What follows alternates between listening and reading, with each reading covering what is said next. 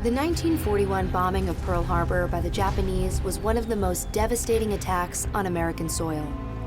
But just a few decades earlier, Japan and the United States were allies in World War I.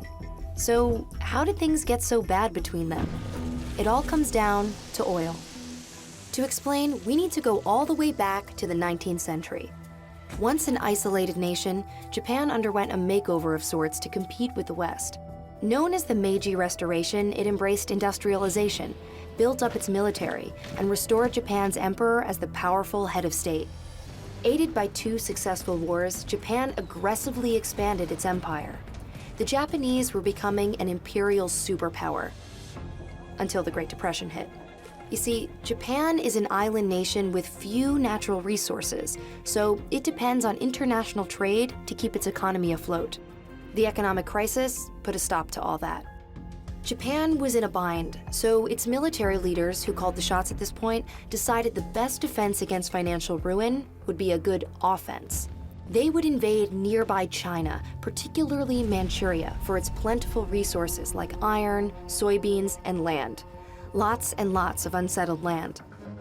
So what does this all have to do with the United States? Well, the US was a long-standing Chinese ally, and it watched uneasily from the sidelines as the two nations clashed in the 1930s. But America wanted nothing to do with another war, so it just denounced Japan's aggression. Tensions rose in 1937 when Japan invaded the Chinese city of Nanjing. In doing so, they attacked an American gunboat, killing 3 and wounding dozens. Disturbing images coming out of war-torn China further swayed American opinion against Japan. In response, America attacked Japan's resources. They imposed economic sanctions of aircraft, scrap metal, and other items crucial to Japan's military.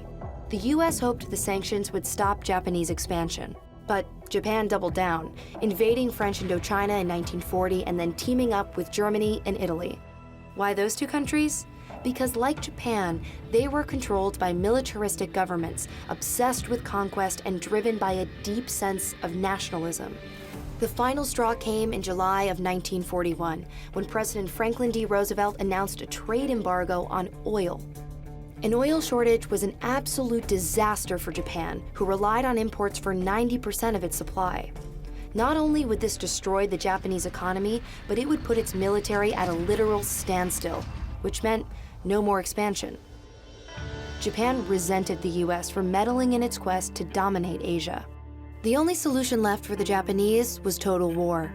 Crush the US fleet in the Pacific and then occupy Southeast Asia and claim its resources. And so, on December 7, 1941, Japan launched its surprise attack at Pearl Harbor. At first, it seemed like a win for the Japanese, destroying or damaging 21 US ships and more than 300 aircraft, and killing around 2,400 soldiers, sailors, airmen, and civilians. But the success was short-lived. The United States declared war on Japan on December 8, 1941.